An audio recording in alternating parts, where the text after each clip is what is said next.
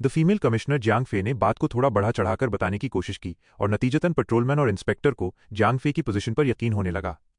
क्योंकि ये बहुत ज़्यादा ज़रूरी मामला था, इसलिए इंस्पेक्टर ने इस बारे में कोई भी डिसीजन लेने की हिम्मत नहीं की। आखिर में उसने जियांग फे को हायर रैंक्स वाले किसी इंसान से मिलाने का फैसला किया। किंग एल्रिक ने जियांग फे को जिस जगह भेजा था वो नागा टेरिटरी का ही हिस्सा था, लेकिन वहां नागास के अलावा सिर्फ दूसरे सीफोक्स ही रहते थे। खुद नागा ऐसी जगह पर नहीं रहते थे। इंस्पेक्टर और पेट्रोलमैन जियांग फे को उस कोन शेल के अंदर ले गए। उस कोन शेल का अंदर का हिस्सा किसी भी नॉर्मल ऑफिस बिल्डिंग जैसा ही था। इकलौता फर्क सिर्फ ऊपर जाने के तरीके में था। क्योंकि सब लोग स्विम कर रहे थे, इसलिए सीढ़ियों की कोई जरूरत नहीं थी।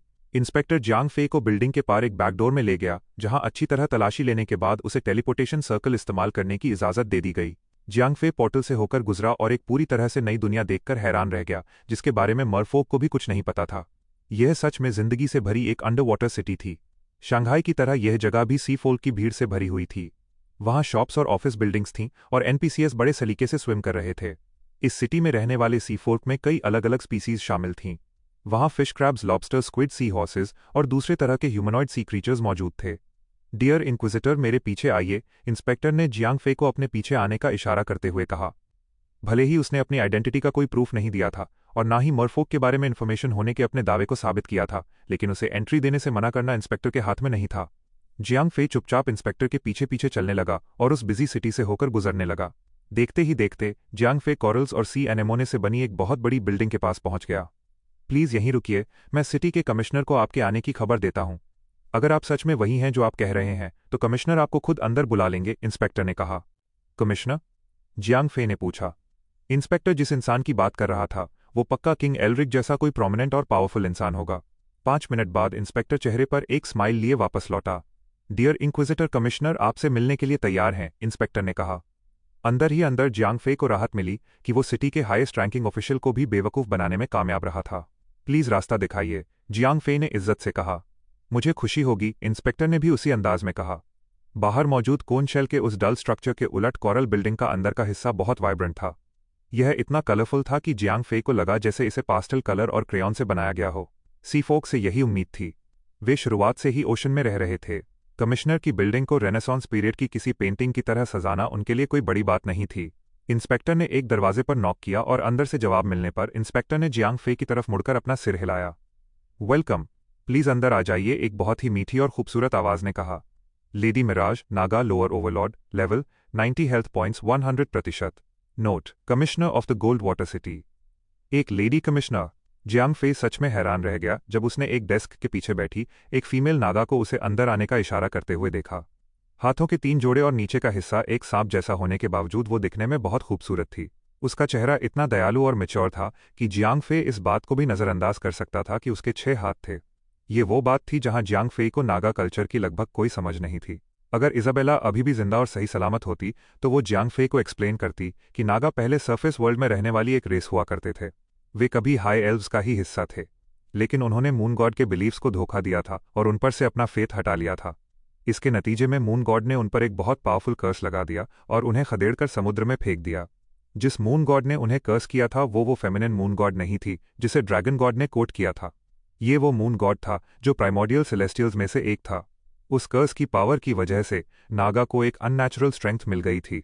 एक रेस होने के नाते उन्हें अपने सर्वाइवल के लिए लड़ना पड़ा। जब उन्हें समुद्र में फेंका गया तो उन्हें अपनी टेरिटरी बनाने के लिए मरफोक के साथ कम्पीट करना पड़ा।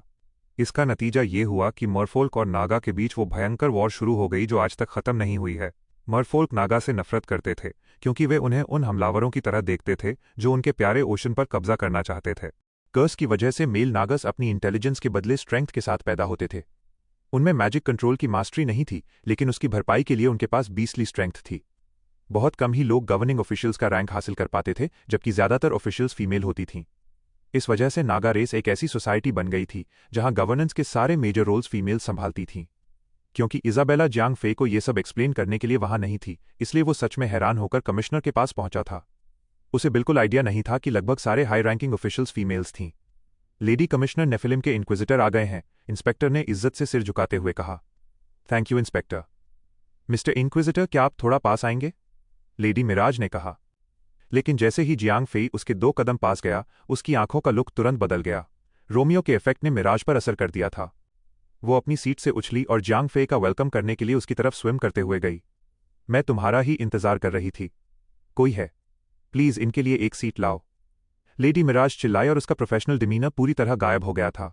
लेडी मिराज ने रोमियो की वजह से जियांग फे के साथ तुरंत फ्रेंडली रेपुटेशन लेवल हासिल कर लिया था और उसके बाद blessing of the dragon God ने 5000 रेपुटेशन पॉइंट्स और दे दिए, जिससे रेपुटेशन लेवल और बढ़कर अप्रूव तक पहुंच गया और रिस्पेक्ट के लगभग करीब आ गया। Thank you lady commissioner, Jiang Fei ने इंस्पेक्टर की दी हुई सीट पर बैठते हुए कहा। तो नेफिलिम के एलीट एक्सप्लोरर, मैंने सुना है कि तुम्हारे पास मरफोक के बारे में कोई इन्फॉर्मेशन है, मिराज ने डेस्क के सहारे टिकते हुए कहा। यह सच है, जियांग फे ने कहा। क्या तुम प्लीज मुझे इसके बारे में बताओगे? मिराज ने कहा। I am sorry lady commissioner, यह इन्फॉर्मेशन बहुत ज्यादा जरूरी है, इसलिए मुझे तुम्हारे लीडर से ही बात करनी होगी, जियांग फे ने उदास चेहरा बनाते हुए कहा। भले ही वो पहले से ही गोल्ड वाटर सिटी के अंदर था, जिसे पूरी नागा टेरिटरी का कैपिटल माना जाता था, लेकिन यह अभी भी कोर नहीं था। होली ऑल्टर तक पहुंचने के लिए उसे पैलेस या उस बिल्डिंग के पास होना चाहिए था जहां नागा की लीडर रह रही थी। ओ माय, मुझे लगता है कि तुम खुद क्वीन से मिलना चाहते हो, मिराज ने कहा। बिल्कुल सही, मुझे क्वीन से बात करनी है, जियांग फे ने कहा। मुझे डर है कि मैं इसकी इजाजत नहीं दे सकती। देखो, तुम आखिरकार एक आउटसाइडर हो, मिराज ने टूटे हुए दिल से कहा। जैसी कि उम्मीद थी, अप्रूव्ड रेपुटेशन लेवल होने के बावजूद कोई भी रैंडम स्ट्रेंजर यूं ही नागास की क्वीन से बात नहीं कर सकता था। मैं समझ गया, जियांग फे ने गंभीर चेहरे के साथ कहा। उसने सोचा था कि वो कम से कम फीमेल कमिश्नर को मना ही लेगा, क्योंकि वो पहले से ही अप्रूव्ड रेपुटेशन लेवल पर थी। वैसे मैं ये नहीं कह रही कि ये इम्पॉसिबल है। शायद अगर तुम मेरे लिए कुछ कर सको, मिराज ने कहा। प्लीज मुझे मौका दो, मैं तुम्हारी रिक्वेस्ट पक्का पूरी करूंगा, जियांग फे ने बिना किसी हिचकिचाहट के कहा। गोल्ड वाटर सिटी के बाहर बैंडिट्स का सफाया करने में मुझे तुम्हारी मदद चाहिए, मिराज ने कहा। Ding, Mirage has a quest for you, eliminating the bandits, would you accept it? अपनी फीड पर क्वेस्ट नोटिफिकेशन देखते ही जियांग फे समझ गया कि उसे क्या करना है। मिराज को उसे क्वीन से बात करने देने के लिए मनाने के वास्ते उसे अपना रेपुटेशन लेवल बढ़ाने के लिए कुछ क्वेस्ट्स पूरे करने होंगे। बहुत खूब, मैं इसे पूरा करूंगा, जियांग फे ने कहा। अगर वो किसी मेल कमिश्नर से बात कर रहा होता तो उसका ट्रस्ट जीतने में उसे बहुत ज्यादा टाइम लगता। भगवान का शुक्र था कि कमिश्नर एक फीमेल थी। इस तरह उसे सिर्फ कुछ ही क्वेस्ट्स पूरे करने होंगे जब तक उसका काम खत्म होगा। अगर कमिश्नर शादीशुदा नहीं हुई तो वो आसानी से उसका दिल जीतकर उसे अपने इशारों पर नचा सकता था। मिस्टर इंक्विजिटर, मैं आपके लिए बेस्ट ऑफ लक की कामना करती हूं, मिराज ने बहुत ही सेडक्टिव तरीके से गुड बाय कहते हुए हाथ हिलाया। लेडी कमिश्नर, मैं तुम्हारी रिक्वेस्ट को जितनी जल्दी हो सके पूरा करूंगा, जियांग फे ने जाने से पहले सिर झुकाते हुए कहा। जियांग फे क्वेस्ट गाइड को फॉलो करते हुए नॉर्थ की तरफ बढ़ गया। 2 घंटे लगातार स्विम करने के बाद जियांग फे आखिरकार एक छोटे से सी ट्रेंच के पास पहुंच गया। फक दिस शिट, जियांग फे गुस्से में चिल्लाया। यह पहली बार था जब उसे लगा कि स्काईग्लाइडिंग ड्रैगन सच में कितनी बड़ी नेमत था। भले ही जियांग फे को सवारी करने के लिए एक अंडरवाटर माउंट दिया गया था, लेकिन जियांग फे उसका इस्तेमाल नहीं कर सकता था क्योंकि ईवॉल स्काईग्लाइडिंग ड्रैगन ने जियांग फे को किसी और माउंट की सवारी करने से मना किया हुआ था। एक एंशिएंट टियर माउंट होने का यही सबसे बड़ा नुकसान था। चूंकि जियांग फे पानी के अंदर ट्रैवल करने के लिए किसी माउंट की मदद नहीं ले सकता था, इसलिए उसे अपने ही हाथ पैरों पर डिपेंड रहना पड़ा। ऐसा नहीं था कि वो एक बुरा स्विमर था, बात बस इतनी सी थी कि उसे किसी भी आम इंसान से कहीं ज्यादा लंबा स्विम करना पड़ा था। भगवान का शुक्र था कि बैंडिट्स का अड्डा गोल्ड वाटर सिटी से ज्यादा दूर नहीं था। 2 घंटे तक स्विम करना काफी लंबा था, लेकिन वापस लौटने के लिए और 2 घंटे स्विम करने के ख्याल ने ही जियांग फे को बहुत ज्यादा चढ़ा दिया था। ट्रेंच के किनारे से जियांग फे सीवीड और रॉक से बने घोंसले देख सकता था। वहां नीचे सीफोक्स की कुछ स्पीसीज रह रही थीं, और उनमें से ज्यादातर ने बहुत फटे पुराने कपड़े पहने हुए थे। सिटी में रहने वालों और ट्रेंच के नीचे रहने वालों के बीच एक बहुत बड़ा फासला था। क्या ये वही बैंडिट्स हैं जिन्हें मिराज खत्म करवाना चाहती थी? ये तो कहीं से भी खतरनाक नहीं लग रहे, जियांग फे ने खुद से कहा। तुम कौन हो? जब जियांग फे नीचे देख रहा था तभी पीछे से एक डरी हुई आवाज आई। जियांग फे पलटा और उसने देखा कि उसके पास ही एक छोटे से पत्थर के पीछे से एक छोटा सा सिर बाहर झांक रहा था। तुम कौन हो? जियांग फे ने पूछा। मैं क्रॉली हूं, बाहर आए उस छोटे से जीव ने कहा। यह पहली बार था जब जियांग फे ने ऐसा अजीब क्रीचर देखा था। वो सिर्फ 40 सेंटीमीटर लंबा था और उसकी पीठ पर एक बहुत बड़ा स्नेल जैसा शेल था। उसकी एक लंबी गर्दन थी जो उसे बिल्कुल किसी गार्डन स्नेल जैसा दिखा रही थी। Crawly, humanoid normal level 40 health points 100%। Note, low tier sea folk. Jiang Fei ने उस छोटे से क्रीचर को अच्छे से देखा और पाया कि वो इतना वीक था कि उससे कोई खतरा नहीं था। यह देखकर वो थोड़ा रिलैक्स हो गया। तुम यहाँ क्या कर रहे हो? जियांग फे ने उस छोटे से क्रीचर से बात करने के लिए नीचे बैठते हुए पूछा। यह मेरा घर है, तुम यहाँ क्या कर रहे हो? क्रॉली ने जियांग फे को डराने की एक्टिंग करते हुए अपनी गर्दन और बाहर निकालते हुए कहा। यह तुम्हारा घर है? क्या तुम बैंडिट्स में से एक हो? जियांग फे ने कहा। बैंडिट्स? क्रॉली डर के मारे चिल्लाया और कई कदम पीछे हट गया। क्या तुम उन लोगों में से हो जो सिटी से हमें मारने आए हैं? क्रॉली ने अपनी जान बचाकर भागने की तैयारी करते हुए कहा। हाँ, जियांग फे हैरान रह गया। उसने बिना कुछ किए ही उस छोटी सी चीज को डरा दिया था। उसने सोचा था कि जिन बैंडिट्स को उसे मारना है वे बहुत ज्यादा खतरनाक और खुखार होंगे। WAHHH, सिटी वाले हमें फिर से मारने आ गए हैं। क्रॉली पूरी ताकत से चिल्लाया और ट्रेंच के नीचे भाग गया। अपनी जान बचाकर भागो, भागो, पीछे मुड़कर मत देखना। अगर क्रॉली की वो डरी हुई चीखें पहला डोमिनो थीं, तो ट्रेंच में मचा वो क्योस उन सभी डोमिनो पीसेस का गिरना था, जो हर सेकंड के साथ और भी भयंकर होता जा रहा था। फटे पुराने कपड़े पहने हुए और भी बहुत सारे सीफोक अपने सीवीड वाले घोंसलों से बाहर भागे और ट्रेंच में और नीचे की तरफ दौड़ने लगे। ये क्या हो रहा है? जियांग फे एकदम सुन रह गया। उसे समझ नहीं आ रहा था कि उसे आगे क्या करना चाहिए। वह अकेला था, बैंडिट्स की एक पूरी आर्मी के सामने एक अकेला इंसान। अगर वे सच में बैंडिट्स होते तो भागने के बजाय वे चारों तरफ से जियांग फे पर टूट पड़ते। शक के चलते जियांग फे ने अपना हैमर छिपा लिया और ट्रेंच के नीचे छलांग लगा दी। ट्रेंच के अंदर पहुंचते ही एक बहुत ही गंदी बदबू ने उसे घेर लिया। ये गरीबी की साफ निशानियां थीं। ट्रेंच के अंदर का पानी मटमैला और गंदा था। खाने और एक्सक्रीशन की चीजें आसपास ऐसे तैर रही थीं मानो दोनों एक ही चीज हों। इस जगह की हाइजीन जियांग फे की देखी गई अब तक की किसी भी जगह से कहीं ज्यादा खराब थी। जियांग फे ने भागते हुए सीफोल्क पर नजर टिकाई और देखा कि उनमें से कई लेवल 70 से ऊपर थे।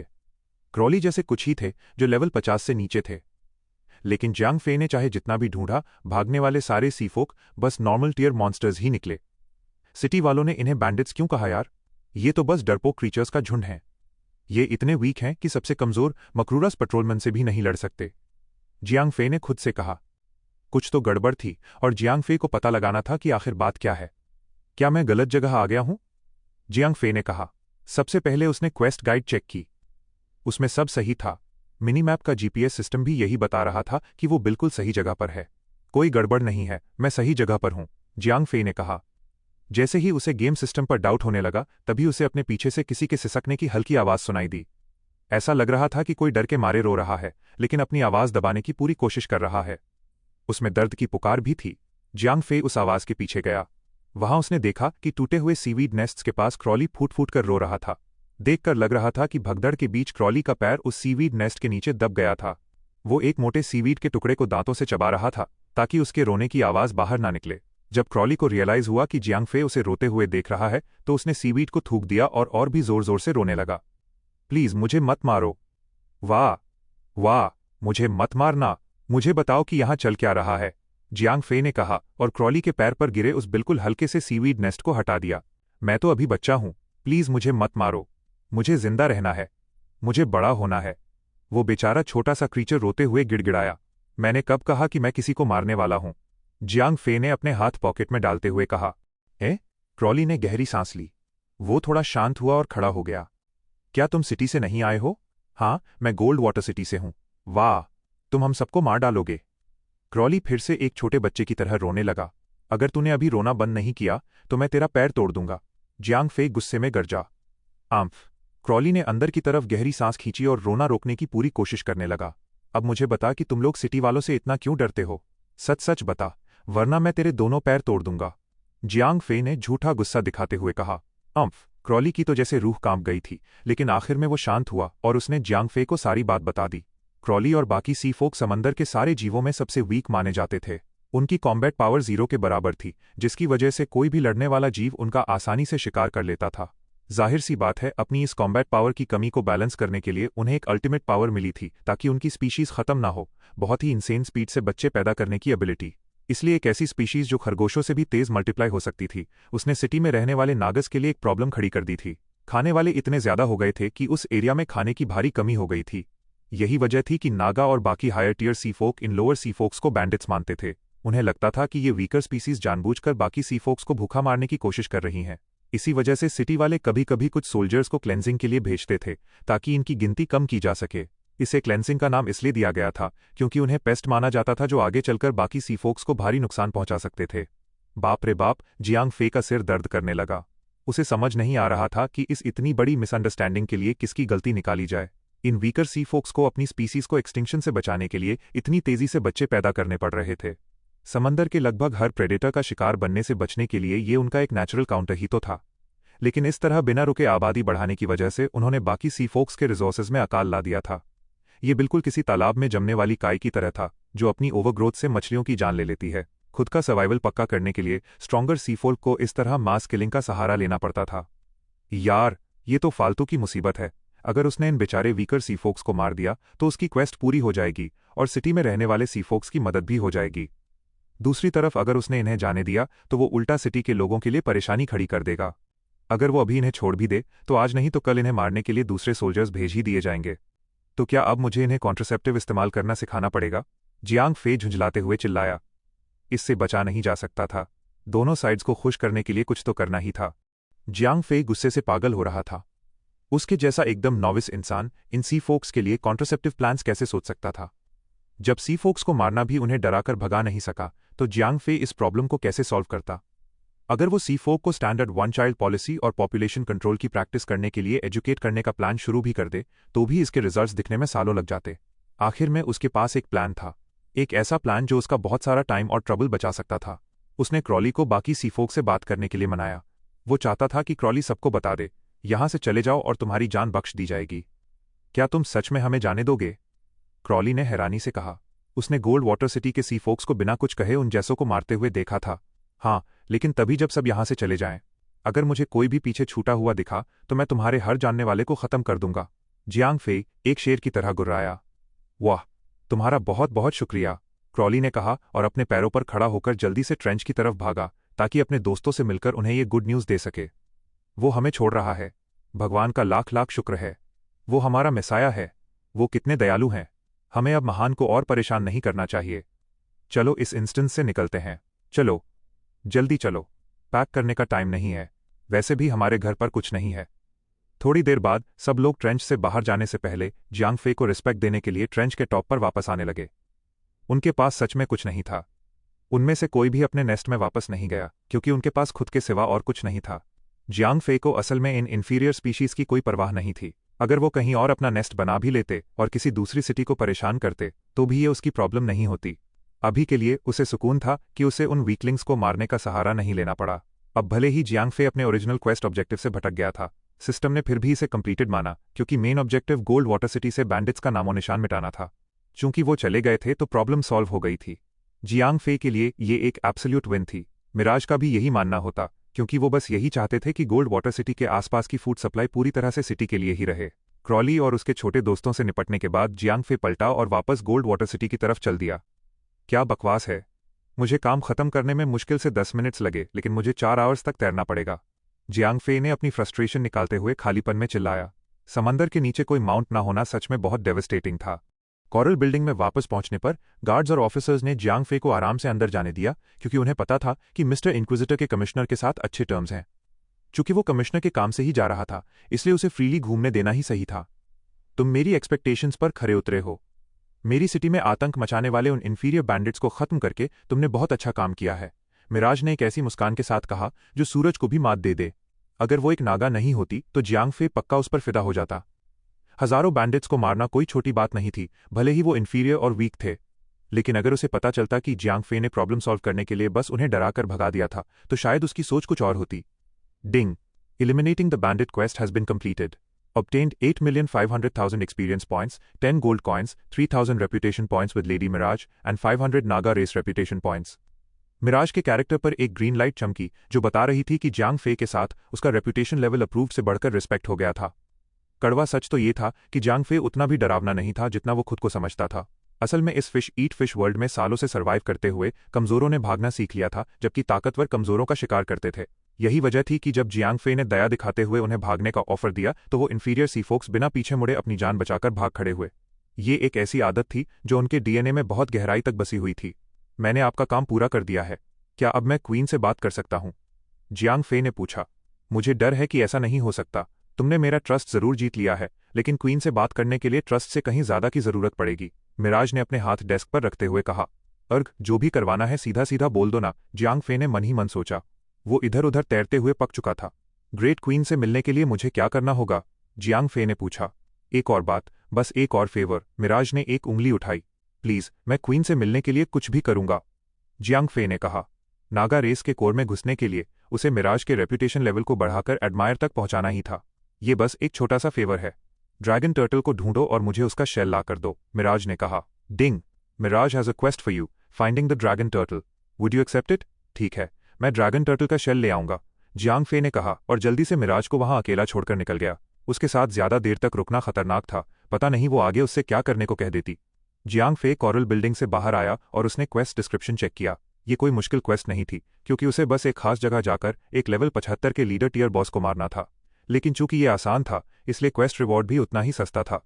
अगर रेपुटेशन पॉइंट्स पाने की बात नहीं होती तो जियांग फे ये क्वेस्ट बिल्कुल पूरा नहीं करता, किसी भी कीमत पर नहीं। तभी फिर से तैरने के ख्याल पर जियांग फे ने जल्दी से टाइम देखा और उस दिन क्वेस्ट पूरा करने का इरादा छोड़ दिया, क्योंकि उसके पास 30 मिनट से भी कम का टाइम बचा था। सर्वर 30 मिनट्स में शटडाउन होने वाला था। समंदर पार करके उस जगह तक तैर कर जाने में जहां ड्रैगन टर्टल था, जियांग फे को लगभग 1 घंटा या उससे भी ज्यादा लग जाता। इसलिए आज के लिए इतना ही काफी था और बाकी काम कल के लिए छोड़ना ही बेहतर था। जितना भी टाइम बचा था उसमें जियांग फे सिटी गया और उसने थोड़ी विंडो शॉपिंग की। हालांकि उसे कई दिलचस्प आइटम्स दिखे, लेकिन उनका कोई खास काम या इफेक्ट नहीं लग रहा था।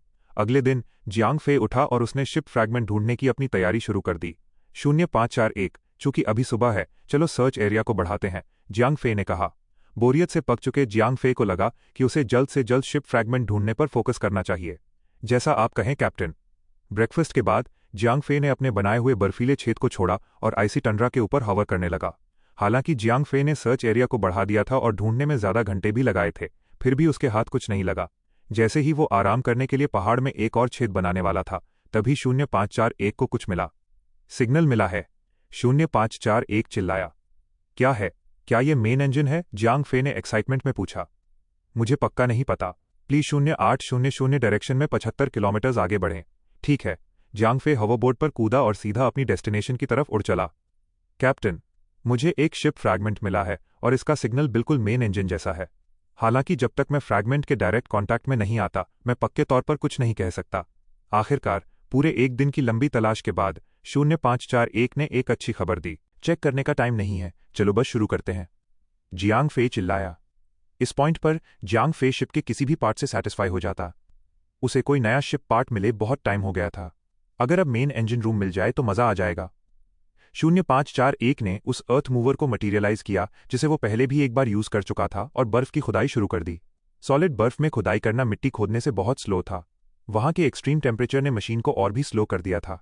फिर भी जियांग फे एक्साइटेड था। जैसे जैसे वो खुदाई कर रहा था, 0541 उनकी पोजीशन की डेप्थ और शिप पार्ट की डिस्टेंस बता रहा था, ताकि वो उससे ना टकरा जाएं। 200 मीटर्स, 150, 110, 5 मीटर्स। फ्रैगमेंट से 5 मीटर्स दूर पहुंचते ही जियांग फे ने मशीन रोक दी। फिर 0541 ने एक हैंड शवल मटीरियलाइज किया, जिससे जियांग फे बर्फ को तोड़कर हटाने लगा। 1 मीटर अंदर जाने के बाद जियांग फे ने अचानक अपना माइंड चेंज कर लिया। शवल से धीरे धीरे बर्फ तोड़ने की बजाय उसने चेंगिंग सॉर्ड का इस्तेमाल किया। तलवार में ओरिजिन फोर्स भरकर जियांग फे बर्फ को चीरते हुए आगे बढ़ने लगा। जियांग फे ने बर्फ के जो छोटे टुकड़े काटे थे, 0541 उन्हें हटाने में मदद कर रहा था, ताकि जियांग फे को काम करने के लिए ज्यादा स्पेस मिल सके। कैप्टन, आप करीब पहुंच रहे हैं। हम अभी शिप के बिल्कुल पास हैं। अच्छा होगा अगर आप नीचे जाने की बजाय साइड से रास्ता बनाना शुरू करें। ठीक है, जियांग फे ने रास्ता क्लियर करने की डायरेक्शन बदलते हुए कहा। 0541 ने जियांग फे के दिमाग में एक मेंटल इमेज प्रोजेक्ट की, ताकि उसे अपनी करंट पोजीशन का मोटा मोटा अंदाजा हो सके। दिमाग में एक मिनी मैप की तरह जियांग फे ने ध्यान से बर्फ काटते हुए अपना रास्ता बनाया और शिप के एंट्रेंस की तरफ बढ़ गया। देखते ही देखते जियांग फे को अपने सामने बर्फ की एक पतली लेयर के पीछे एक सिल्वरी मेटल प्लेटिंग दिखने लगी। फिर उसने ब्लेड में बहुत थोड़ी सी ओरिजिन फोर्स डाली और ध्यान से सिर्फ बर्फ काटी, ताकि शिप को नुकसान ना पहुंचे। हाँ, ये क्या है? ये किसी इंजन जैसा तो नहीं लग रहा। शिप की खुदाई पूरी करने के बाद जियांग फे चिल्लाया। ये उसके सोचे हुए साइज से काफी छोटा था, क्योंकि ये किसी शॉप लॉट का बस आधा ही था। 0541, क्या ये मेन इंजन रूम है? जियांग फे ने पूछा। अगर शिप की लैबोरेटरी ही कुछ 100 मीटर्स लंबी थी, तो इंजन को तो उससे कहीं ज्यादा बड़ा होना चाहिए ना? कैप्टन, मुझे नहीं लगता कि ये इंजन रूम है। ये बस एक स्टोरेज यूनिट है जो मेन इंजन रूम से अटैच थी, 0541 ने कहा। 0541 भी फ्रस्ट्रेटेड लग रहा था। वो storage unit main engine room का ही पार्ट थी, इसी वजह से उसका सिग्नल भी बिल्कुल वैसा ही था। जब तक जियांग फे ने फिजिकली उसे छुआ नहीं, तब तक इसका पता नहीं चला। ओ वेल, हालांकि मैंने अपनी एक्सपेक्टेशंस कम कर ली थीं, लेकिन ये तो हद ही हो गई। जियांग फे ने डिसअपॉइंटमेंट में चिल्लाकर कहा। इसे खोलो, उम्मीद है इसमें कुछ काम का मिलेगा। Yes captain. बीप बीप चैक्श। मेटालिक दरवाजा खिसक कर खुला और अंदर स्टोरेज कंटेनर्स के बॉक्सेस रखे हुए थे। ये क्या हैं? जियांग फे ने पूछा। जहां तक उसे समझ आ रहा था, वो छोटे छोटे सामान रखने वाले आम बॉक्सेस जैसे लग रहे थे, बिल्कुल कार्डबोर्ड बॉक्सेस की तरह। खुशखबरी है कैप्टन। हालांकि ये मेन इंजन रूम नहीं है, लेकिन हमें फ्यूल सेल्स मिल गए हैं, 0541 एक्साइटमेंट में बोला। Fuel cells?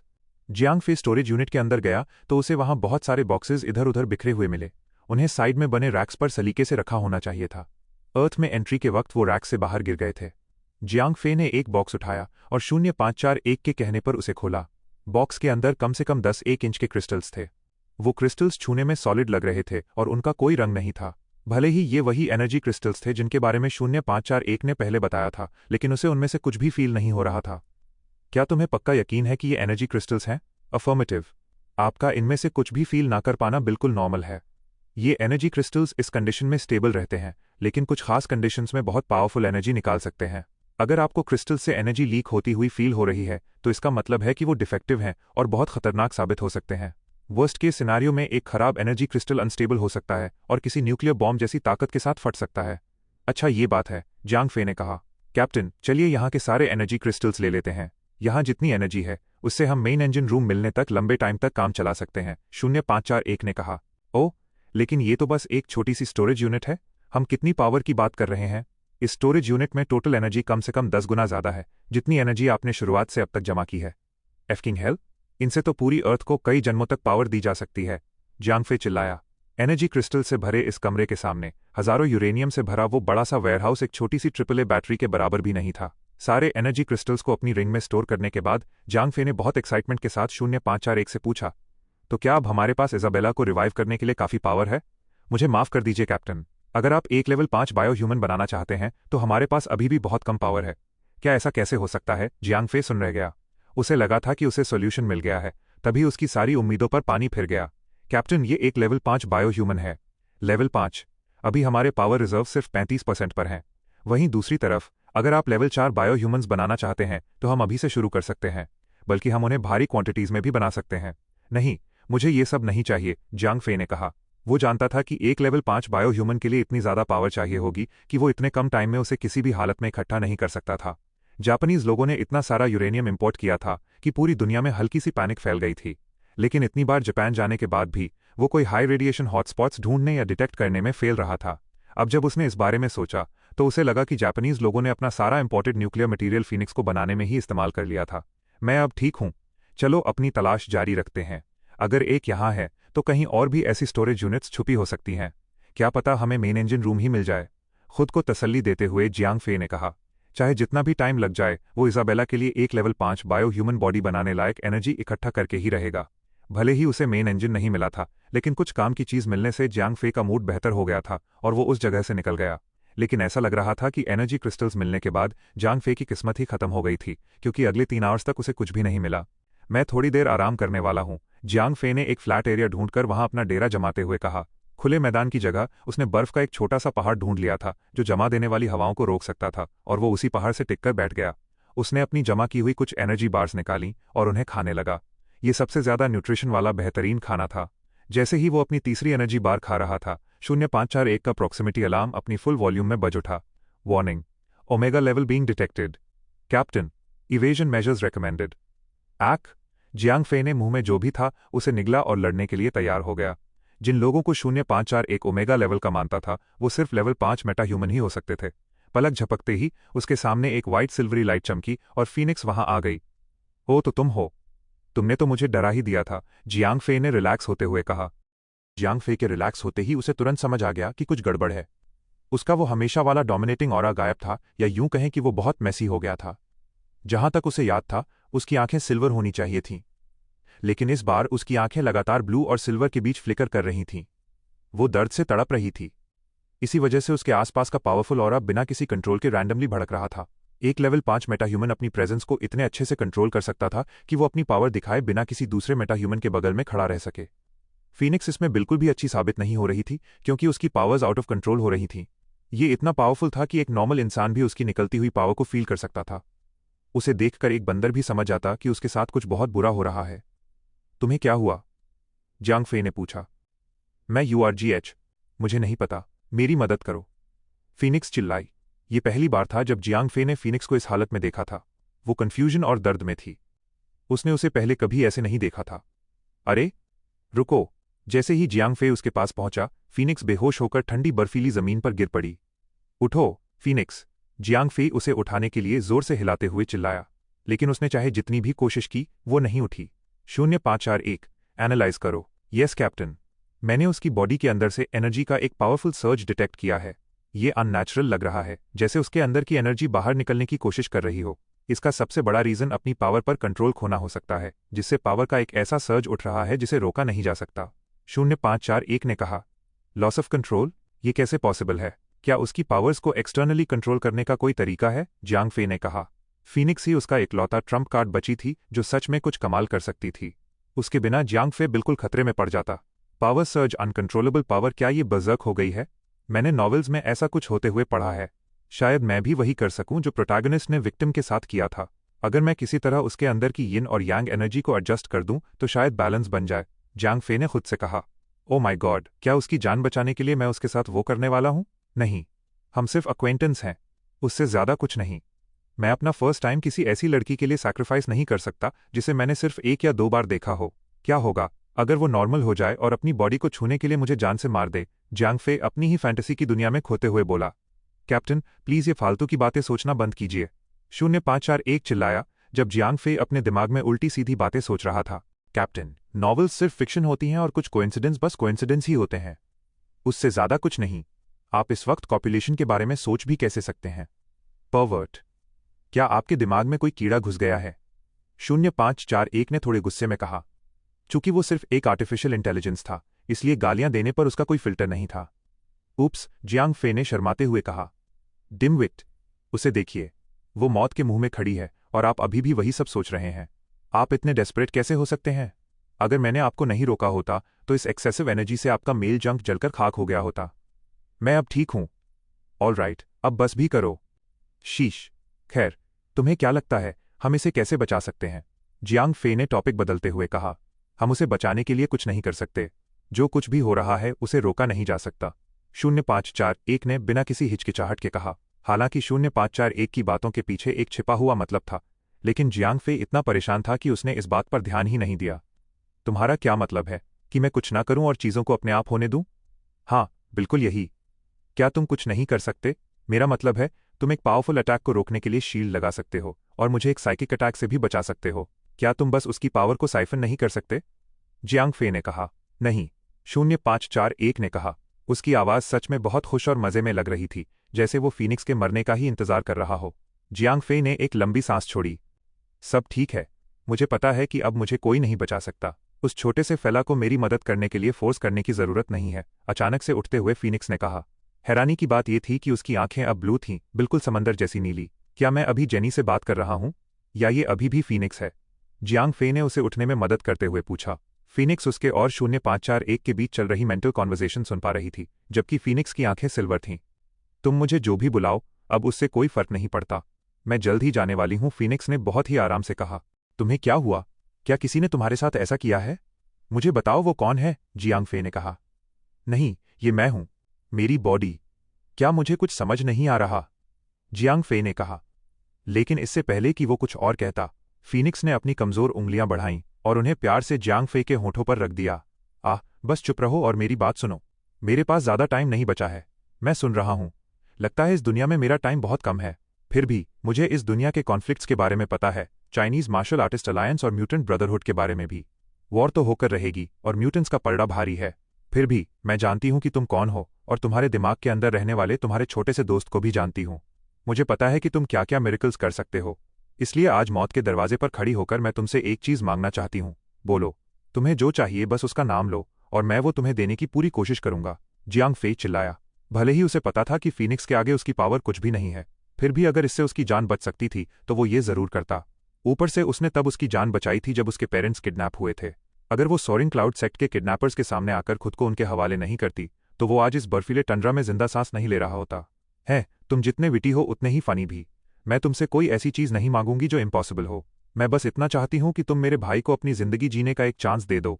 फीनिक्स ने ऐसी आंखों से कहा जो किसी भी पत्थर दिल इंसान को पिघला सकती थी। हाँ, मैं तुमसे वादा करता हूं, जियांग फे ने कहा। श्रोडर म्यूटेंट ब्रदरहुड में एक लो रैंक वाला मामूली सा लेवल 4 म्यूटेंट था। म्यूटेंट्स और मार्शल आर्टिस्ट्स के बीच होने वाली वॉर में उसके होने या ना होने से कोई खास फर्क नहीं पड़ने वाला था। मैं बदले में तुम्हें कुछ दिए बिना तुमसे कुछ नहीं मांगती। फीनिक्स मुस्कुराई। मुझे याद है कि तुमने लेवल 4 मेटा ह्यूमंस की डेड बॉडीज जमा की थीं। हालांकि मुझे नहीं पता तुमने उनका क्या किया, लेकिन मैं यही मानकर चल रही हूं कि तुमने उन बॉडीज का अच्छा यूज किया होगा। इसलिए मैं तुम्हें अपनी बॉडी ऑफर कर रही हूं। मेरी मौत के बाद तुम इसे ले सकते हो। लिटरली मेरे साथ तुम जो चाहो वो कर सकते हो, फीनिक्स ने कहा। नहीं, ये बहुत ज्यादा, जियांग फे चिल्लाया, लेकिन फीनिक्स ने उसकी बात बीच में ही काट दी। है, मेरे जाने के बाद मेरी बॉडी किस काम की? जैसा मैंने कहा, मैं तुम्हारी हूं। तुम चाहो तो मुझे अपनी इस बर्फीली दुनिया में ऐसे ही छोड़ सकते हो, या फिर बाकी लोगों की तरह मुझे दफना सकते हो। जियांग फे के आंसू छलकने ही वाले थे। उसने कभी नहीं सोचा था कि वो ऐसे रिएक्ट करेगा। खुद को स्ट्रांग बनाने के लिए, बायो पोशन बनाने के वास्ते दूसरे इंसानों या जंगली जानवरों की बॉडीज का इस्तेमाल करना कोई बड़ी बात नहीं थी, लेकिन ये उसके दोस्त की बॉडी थी।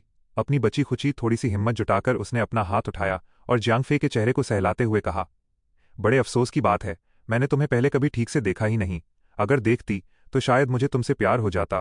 काश मुझे पता होता, मैं तुम्हारे पास जरूर आती।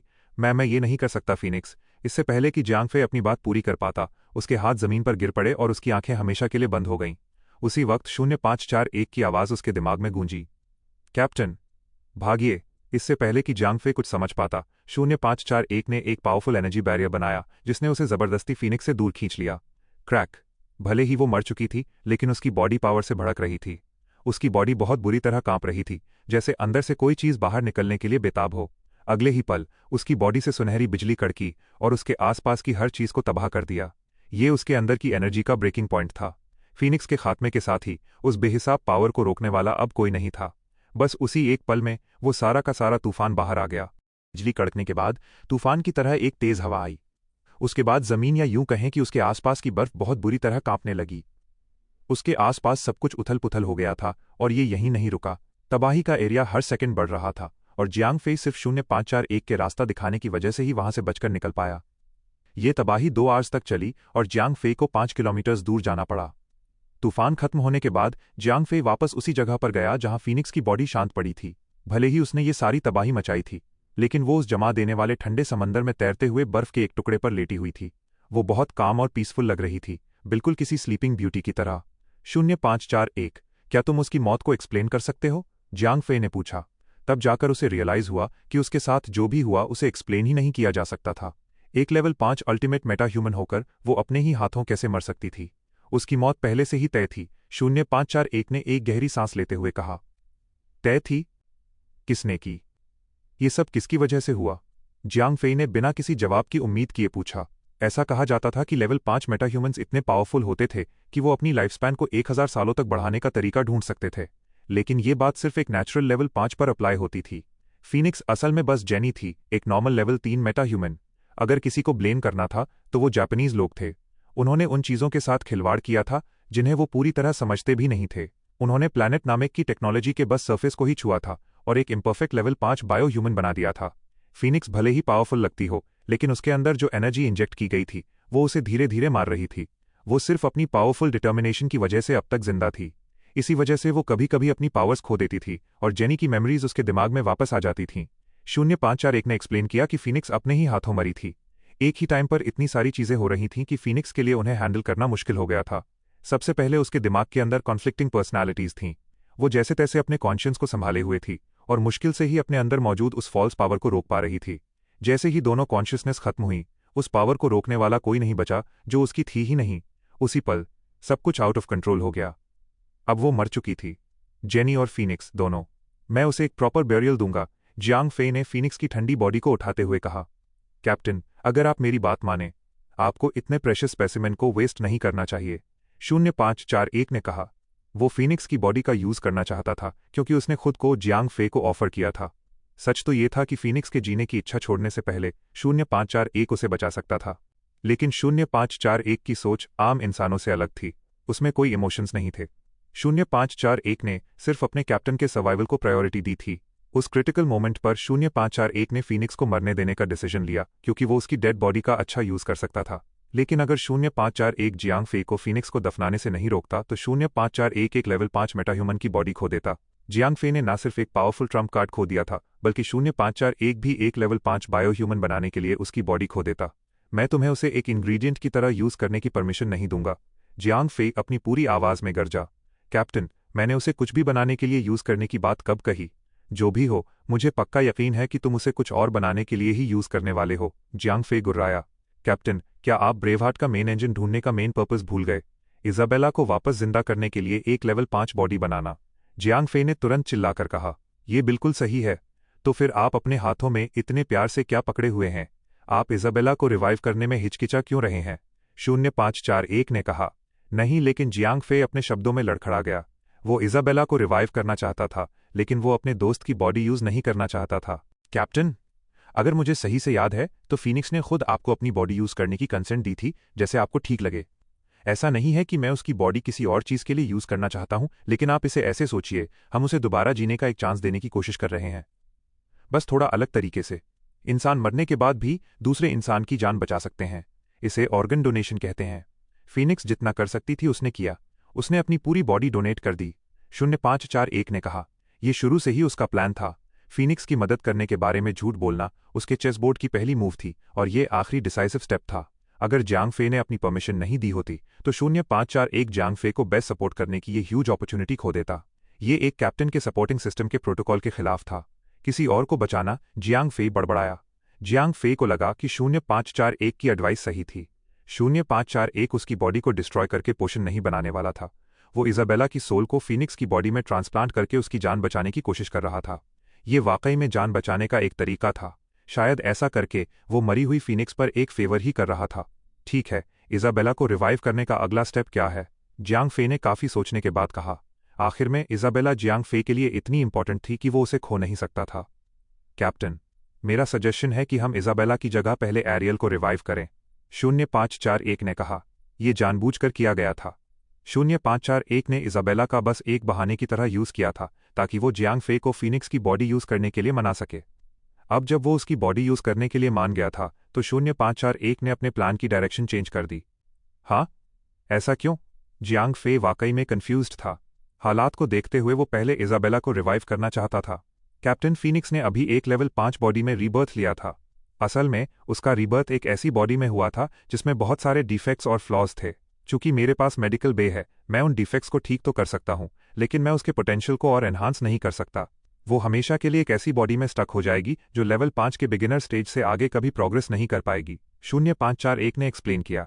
बात तो सही है, जियांग फे ने हाँ में सिर हिलाते हुए कहा। जापानीज लोगों ने उस टेक्नोलॉजी को परफेक्ट नहीं किया था, और उन्होंने जो कुछ भी बनाया था वो शुरू से ही फॉल्टी था। कैप्टन, मैंने पहले एरियल को रिवाइव करने का सजेशन इसलिए दिया है ताकि हम इजाबेला के लिए एक परफेक्ट बॉडी ढूंढ सकें। चूंकि फीनिक्स का मेन एट्रीब्यूट लाइटनिंग और साइकिक अटैक्स थे, इसलिए उसकी ये बॉडी एरियल के लिए परफेक्टली फिट बैठेगी। फीनिक्स की बॉडी क्लोज क्वार्टर कॉम्बैट के लिए सूटेबल नहीं थी, जो कि इजाबेला का फोटे है। इजाबेला को फीनिक्स की बॉडी लेने देना एक वेस्ट होगा। अब मैं समझा। 0541 का प्लान सक्सेस हो गया था। जियांग फे एरियल को रिवाइव करने के लिए फीनिक्स की बॉडी यूज करने के लिए पूरी तरह कन्विंस हो गया था। सीधे पॉइंट पर आने की बजाय जियांग फे को स्टेप बाय स्टेप कन्विंस करना ज्यादा आसान था। अगर उसने शुरू में ही जियांग फे को एरियल को रिवाइव करने के लिए मनाया होता तो हो सकता था वो इस बात को और फीनिक्स की बॉडी यूज करने के आइडिया को भी रिजेक्ट कर देता। कैप्टन, मत भूलिए कि अभी भी हमारे हाथों में एक लेवल 5 एलियन बीस्ट है। अगर आप पहले एरियल को रिवाइव करते हैं तो हमारे पास एक लेवल 5 सपोर्टर आ जाएगी। उसके और जानलू सॉर्ड के होते हुए वो लेवल 5 एलियन बीस्ट की बॉडी से फ्लैश का एक ह्यूज चंक आसानी से काट लेगी। अपनी सुपर रिजेनरेशन की वजह से वो एलियन बीस्ट लेवल 5 मटेरियल का एक अनएंडिंग सोर्स है। जब हमें मेन इंजन रूम मिल जाएगा तब टेक्निकली हम इजाबेला के लिए एक true perfected level 5 body create कर सकते हैं। ये तो सच है। ठीक है, मैं तुम्हारी एडवाइस मानूंगा, जियांग फे ने कहा। भले ही वो एरियल पर कोई फेवर नहीं कर रहा था, फिर भी वो फीनिक्स की बॉडी के साथ सर्वाइव तो कर ही सकती थी। ये सब इसलिए था क्योंकि जियांग फे ने सबसे ऊपर इजाबेला को प्रायोरिटी दी थी। कैप्टन, मुझे फीनिक्स की बॉडी को रिंग में स्टोर करने और पूरा प्रोसेस शुरू करने के लिए आपकी वर्बल परमिशन चाहिए, 0541 ने कहा। ये 0541 के प्लान का आखिरी स्टेप था। एक बार जियांग फे ग्रीन लाइट दे दे तो 0541 आखिरकार चीजों को पलटना शुरू कर सकता था। मैं कैप्टन होने के नाते अपने राइट्स का इस्तेमाल करते हुए तुम्हें एरियल को रिवाइव करने का ऑर्डर देता हूं, जियांग फे ने कहा। उसके इतना कहते ही फीनिक्स की बॉडी पार्टिकल्स के एक क्लाउड के साथ चमकी और रिंग के अंदर अब्जॉर्ब हो गई। अब पीछे हटने का कोई मतलब नहीं था।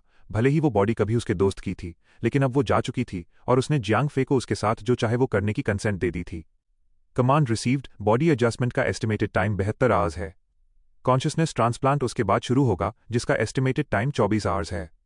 एरियल के रिवाइवल तक का टोटल एस्टिमेटेड टाइम 96 आवर्स है। फ्यू जियांग फे तुरंत रिलैक्स हुआ और नीचे बैठ गया। अब पूरे 4 दिन बाद ही वो उसकी आवाज़ दोबारा सुन पाता। अगर एरियल के साथ सब कुछ सही रहता है तो इज़ाबेला को रिवाइव करना बहुत आसान काम होगा। कैप्टन, मेरे पास आपके लिए एक सजेशन है, जिसके लिए मुझे एक बार फिर आपकी परमिशन चाहिए, 0541 ने कहा। उसका प्लान वैसे तो पूरा हो चुका था, लेकिन एक ऐसा डेवलपमेंट हुआ था जो जांग फे को और ज्यादा स्ट्रांग बनने में मदद कर सकता था। क्या है कैप्टन? चूंकि हमें एरियल के रहने के लिए एक बॉडी मिल गई है, तो अब आप अपने जमा किए हुए फ्लैश को कुछ और बनाने के लिए यूज कर सकते हैं। हमने लेवल 5 एलियन बीस्ट को पहले ही सिक्योर कर लिया है। ये कोई सवाल नहीं हुआ, जांग फे ने कहा। मेरा कहने का मतलब है कि जब तक आपको इंजन रूम नहीं मिल जाता, तब तक आपके पास इज़ाबेला के लिए परफेक्ट बॉडी बनाने लायक एनर्जी नहीं होगी। चूंकि प्रोसेस शुरू करने के लिए आपको आखिर में एनर्जी ही चाहिए, इसलिए मेरा रिकमेंडेशन है कि आप लेवल 5 एलियन बीस्ट के उस फ्लैश को अपने लिए बायो पोशंस बनाने में यूज करें, 0541 ने खुशी से कहा। 0541 का ओरिजिनल प्लान एरियल को रिवाइव करने के लिए फीनिक्स की बॉडी यूज करने की परमिशन मिलने तक ही था। चूंकि अब किसी और चीज की जरूरत नहीं थी, तो 0541 ने सोचा कि जमा किए गए उस फ्लैश को खुद जियांग फे के लिए यूज किया जा सकता है। ये तो सच है। जब मुझे तुरंत एक फ्रेश चीज मिल सकती है, तो मैं किसी सड़ी हुई चीज को अपने पास क्यों रखूं? जियांग फे ने कहा। वो एलियन बीस्ट भले ही इंटेलिजेंट हो, लेकिन आखिर में वो एक बीस्ट ही था। गाय और मुर्गियों की तरह खुद को जिंदा रखने के लिए उन्हें मारने में जियांग फे को कोई बुरा फील नहीं होता था। 0541 को दोबारा परमिशन देने के बाद रिंग में स्टोर किए गए फ्लैश के सारे चंक्स को पोषण बनाने के लिए यूज कर लिया गया। इस प्रोसेस में 1 दिन से भी कम का टाइम लगने वाला था। चाहे बात एरियल की हो या पोषण की, जियांग फे को किसी भी चीज के तुरंत पूरा होने की उम्मीद नहीं थी, इसलिए उसने नॉर्थ पोल के आसपास अपनी तलाश जारी रखी। पूरी दोपहर और शाम तक जियांग फे ने नॉर्थ पोल का एक बहुत बड़ा एरिया छान मारा, लेकिन उसे कुछ नहीं मिला। उसने उस इतने बड़े कॉन्टिनेंट का लगभग कोना कोना ढूंढ लिया था, लेकिन उसे कोई दूसरा शिप पार्ट नहीं मिला। जब रात जल्दी हो गई तो जियांग फे ने अपने लिए एक नई गुफा बनाई और सो गया। गेम में जियांग फे सिटी में आया और ड्रैगन टर्टल को ढूंढने के लिए आगे बढ़ गया। 2 घंटे तैरने के बाद जियांग फे उस लोकेशन पर पहुंच गया जहां गाइड ने उसे भेजा था। शीश, इसका नाम ड्रैगन टर्टल ऐसे ही नहीं है, जियांग फे चिल्लाया जब उसने आखिरकार देखा कि उसका सामना किससे हो रहा था। ड्रैगन टर्टल इतना ह्यूज था कि वो पानी के नीचे मौजूद किसी छोटी सी पहाड़ी को आसानी से कुचल सकता था। हालांकि इतना ह्यूज होने के बाद भी वो सिर्फ एक लेवल 75 लीडर टियर बॉस था। उसे मारने के लिए जियांग फे को इज़ाबेला की मदद की भी जरूरत नहीं थी। हाई डिफेंस होने के अलावा उसने जियांग फे पर पंजों से हमला करने के सिवा और कुछ नहीं किया। उसके साइज को छोड़कर उसमें कुछ भी स्पेशल नहीं था। जियांग फे ने लाइफस्टील डीमन फॉर्म में चार्ज किया और आधे मिनट से भी कम टाइम में उसे मार गिराया। उसने अपना टास्क कंप्लीट होने के प्रूफ के तौर पर टर्टल के शेल का एक बड़ा सा टुकड़ा उखाड़ा और वापस चल दिया। अब मैं क्या हूं? एक डिलीवरी बॉय? एक पोस्टमैन? Courier service? हेलो, आप कैसे हैं? क्या मैं आपकी कोई ऐसी चीज ले जाने में मदद कर सकता हूं जिसके लिए मुझे एफ इन टुकिंग 4 घंटे तैरना पड़े? रास्ते भर जियांग फे लगातार शिकायत करता रहा। क्वेस्ट बहुत आसान थी, लेकिन ट्रैवल टाइम हद से ज्यादा लंबा था। लेडी मिराज, ये रहा वो शेल जो आपने मांगा था, जियांग फे ने शेल का टुकड़ा पकड़ाते हुए कहा। आपका बहुत बहुत शुक्रिया मिस्टर इंक्विजिटर, मुझे इसी की जरूरत थी। मिराज ने टर्टल शेल लेते हुए खुशी से कहा और उसे सजावट के लिए अपनी डेस्क के कोने पर रख दिया। Ding, finding the dragon turtle quest has been completed. Obtained 1,500,000 experience points, 5 gold coins, 2,000 reputation points with lady Mirage. जैसा कि एक्सपेक्टेड था, चूंकि क्वेस्ट बहुत आसान थी, इसलिए रिवॉर्ड के नाम पर बस कचरा ही मिला। भले ही रेपुटेशन पॉइंट्स अच्छे थे, लेकिन बाकी चीजें तो उसके सिर्फ तैरने में वेस्ट हुए टाइम की भी भरपाई नहीं कर सकती थीं। लेडी मिराज, क्या मैं आपकी कोई और मदद कर सकता हूं? जियांग फे ने कहा, क्योंकि उसे रियलाइज हुआ कि मिराज का रेपुटेशन लेवल बढ़ाकर इन्फैचुएटेड तक पहुंचाने के लिए उसे और रेपुटेशन पॉइंट्स चाहिए थे। असल में एक काम है, मेरी एक पर्सनल रिक्वेस्ट है जिसमें सिर्फ तुम ही मेरी मदद कर सकते हो, मिराज ने मुस्कुराते हुए कहा। फिर उसने एक छोटा सा ज्वेलरी बॉक्स निकाला और जियांग फे को दे दिया। इस बॉक्स में एक सीक्रेट लेटर है जो मुझे चाहिए कि तुम ड्रैगन्स बे में लेडी एस्ट्रिया नाम की किसी को डिलीवर कर दो, मिराज ने कहा। जब जियांग फे ने बॉक्स लेने के लिए हाथ बढ़ाया तो मिराज ने उसका हाथ कसकर पकड़ लिया और आंख मारी। ये कहने की तो जरूरत नहीं है, लेकिन झांकना मत। ठीक है, मैं जल्दी निकलता हूं, जियांग फे ने कहा। अफसोस, जियांग फे वही कुरियर डिलीवरी बॉय बन गया जिसके बारे में वो शिकायत कर रहा था। बॉक्स को स्टोर करने के बाद जियांग फे कोरल बिल्डिंग से बाहर निकल गया। क्वेस्ट को लेकर चिढ़ते हुए उसने बॉक्स को बाहर निकाला और उसे एग्जामिन करने लगा। एक नॉर्मल डिलीवरी मिशन में एनपीसीएस डिलीवरी के लिए जो आइटम्स देते थे वो बस एक की आइटम होते थे जिनकी कीमत धूल के बराबर होती थी। लेकिन जियांग फे के हाथ में मौजूद बॉक्स अलग था। बॉक्स ठीक से सील नहीं था और लेटर को खोला जा सकता था। इसमें क्या हो सकता है, जियांग फे ने खुद से कहा। भले ही मिराज ने उसे झांकने से मना किया था, लेकिन इससे लेटर और बॉक्स के कंटेंट को लेकर जियांग फे की क्यूरियोसिटी और भी बढ़ गई थी। शायद एक बार झांकने से कोई नुकसान नहीं होगा। जियांग फे के दिमाग में काफी देर से यही बात चल रही थी। जैसे जैसे वो समंदर में आगे तैर रहा था, उसके अंदर की क्यूरियोसिटी लगातार बढ़ रही थी। सफ़र के 40 मिनट्स बाद आखिरकार उसकी क्यूरियोसिटी जीत गई। आर्ग, इसे खोलकर देख ही लेता हूँ। मेरा क्वेस्ट फेल हो जाएगा, पर कोई बात नहीं, क्योंकि मैं आसानी से और रेपुटेशन फार्म कर सकता हूँ। जियांग फे ने हार मानते हुए कहा और वो बॉक्स बाहर निकाल लिया। उसने बॉक्स खोला और लेटर बाहर निकाला। उस पल उसे थोड़ा डाउट हुआ, लेकिन लेटर में क्या लिखा है ये ना जानना उसे और भी ज्यादा क्यूरियस बना रहा था। उसने लेटर फाड़ कर खोला और उसमें से पेपर निकाला। उस पल उसे थोड़ी राहत मिली। लेटर खुल चुका था और अब पीछे हटने का कोई रास्ता नहीं था। क्वेस्ट नोटिफिकेशन भी आ चुका था, जो बता रहा था कि वो क्वेस्ट फेल कर चुका है। इसमें आखिर लिखा क्या है, जियांग फे ने खुद से कहा। वो समंदर की जमीन पर बैठ गया और लेटर को खोला। ये क्या बकवास है? थैंक गॉड मुझे एंशिएंट एल्वन लैंग्वेज पढ़नी आती है। लेटर पूरा पढ़ते ही जियांग फे गुस्से से चिल्लाया। ये एंशिएंट एल्वन लैंग्वेज में लिखा था, क्योंकि नागा रेस खुद कभी एक एंशिएंट एल्वन रेस हुआ करती थी। लेटर पढ़ने के बाद वो गुस्से से भर चुका था। ये लेटर मिराज की करीबी दोस्त और शायद लवर के लिए लिखा गया था। लेटर का कंटेंट जियांग फे के बारे में था। इसमें मिराज ने जियांग फे को एक छोटा और तेज नेफिलिम आदमी बताया था, जो बहुत अट्रैक्टिव और अल्यूरिंग था। इत्तेफाक से नागा की नई क्वीन गद्दी पर बैठने के दौरान अभी भी सिंगल थी। मिराज चाहती थी कि एस्ट्रिया एक बार जियांग फे को देखे और उसे टेस्ट करे। अगर जियांग फे टेस्ट पास कर लेता है तो मिराज और एस्ट्रिया मिलकर जियांग फे को क्वीन को तोहफे में दे देंगी। आम सोसाइटी से बिल्कुल अलग नागा पर फीमेल्स का राज चलता था। उनके लिए एक से ज्यादा मेल पार्टनर होना बहुत नॉर्मल बात थी। इस सिचुएशन में जियांग फे को पैक करके क्वीन के लिए एक गिफ्ट की तरह पेश किया जाने वाला था। क्रैप, मैंने ऐसे आउटकम की तो बिल्कुल उम्मीद नहीं की थी, जियांग फे ने कहा। गुस्से में आकर जियांग फे ने लेटर को फाड़ डाला और उसके टुकड़े समंदर की जमीन पर बिखेर दिए। माना कि वो होली ऑल्टर के जितना हो सके उतना करीब जाना चाहता था, पर वो पैक होकर क्वीन के लिए गिफ्ट बिल्कुल नहीं बनना चाहता था। ये तो हद से बाहर की बात थी। मैं उस नागिन को नहीं छोड़ूंगा। FCK। जियांग फे जोर से गरजा। वहां जियांग फे को शांत करने या सलाह देने वाला कोई नहीं था, इसलिए वो गुस्से में वापस पलटा और सीधे मिराज के ऑफिस में घुस गया। किसी ने उसे नहीं रोका। ओह, तुम वापस आ गए। तुम तो बहुत जल्दी आ गए, मिराज ने कहा। वो जियांग फे की आंखों में धधकता हुआ गुस्सा नहीं देख पाई। HMPH। जियांग फे ने मजाक उड़ाने वाले अंदाज में मुंह फेरा और खाली ज्वेलरी बॉक्स उसकी डेस्क पर फेंक दिया। ओ माय माय, तुम तो थोड़े नॉटी हो रहे हो, मिराज ने अपनी गलती मानने के बजाय शरारत से मुस्कुराते हुए कहा। बहुत हो गया, तुम्हारी मेरे खिलाफ प्लॉट करने की हिम्मत कैसे हुई? जियांग फे गर्जा। माय माय, इतने गुस्से में आने की कोई जरूरत नहीं है। मिराज ने धीरे धीरे जियांग फे की तरफ बढ़ते हुए प्यार से उसके चेहरे को छुआ। अपने ये स्केली हाथ मुझसे दूर रखो, जियांग फे ने गुस्से से कहा और उसके हाथ झटक दिए। भले ही वो ये मानना नहीं चाहता था, लेकिन उसके हाथ बेहद सॉफ्ट और स्मूथ थे। एक ओवरलॉर्ड टियर NPC होने के बावजूद जियांग फे अभी भी उसके सामने नखरे दिखा रहा था। क्या तुम अभी भी गुस्सा हो? क्वीन तुम्हें बहुत पसंद करेगी। अगर वो नहीं भी करेगी तब भी तुम मुझे बहुत पसंद हो, मिराज ने जियांग फे को अपनी लंबी पूंछ में लपेटते हुए कहा और अपना चेहरा उसकी छाती पर रख दिया। क्या तुम्हें मर्फोल्क के बारे में वो इन्फॉर्मेशन नहीं चाहिए जो मेरे पास है? जियांग फे ने कहा। गुस्से में होने की वजह से उसने ध्यान ही नहीं दिया था कि मिराज ने उसे पूरी तरह से जकड़ लिया था। वो अपने हाथ तक नहीं हिला पा रहा था। हाँ, मेरे सिली छोटे इंक्विजिटर, जाहिर सी बात है कि तुम्हें उनके बारे में पता होगा। तुम्हें यहां उस बेवकूफ छोटे एल्रिक ने ही तो भेजा है। क्या मैं सही कह रही हूं, मेरे छोटे बेबी डॉल? मिराज ने कहा और मजे लेते हुए अपनी उंगलियों से जियांग फे की छाती को सहलाने लगी। हालांकि उसने बता दिया था कि उसे जियांग फे की असलियत पता है, लेकिन वो बिल्कुल गुस्सा नहीं थी, बल्कि वो अपनी डिजायर जाहिर कर रही थी। शूट। जियांग फे सन्न रह गया। उसने कभी सपने में भी नहीं सोचा था कि नागा उसकी असलियत जानती होंगी, या शायद मफोक के बीच उनका कोई जासूस था। मेरे हैंडसम लड़के, तुम अपने बचाव में और क्या कहना चाहोगे? मिराज ने कहा और खुद को रोक न पाते हुए अपना चेहरा जियांग फे के गालों से रगड़ने लगी। तो इसका मतलब तुम सिर्फ मेरे साथ खेल रही थी, मेरी फीलिंग्स के साथ? जियांग फे ने अचानक कहा। तभी उसे समझ आया कि क्यों वो हमेशा जियांग फे को अपने क्वेस्ट के लिए दूर दूर भेजती थी। ये सिर्फ एक मजाक था। हैंडसम लड़के, हमें इस बात पर ज्यादा नहीं सोचना चाहिए। अगर तुम इतने क्यूरियस नहीं होते तो मैं तुम्हारे साथ और ज्यादा टाइम बिता पाती, मिराज ने कहा। जियांग फे कंफ्यूज्ड था, लेकिन उसे ऐसा लग रहा था जैसे कोई तितली किसी मकड़ी के जाले में फंस गई हो। तुम।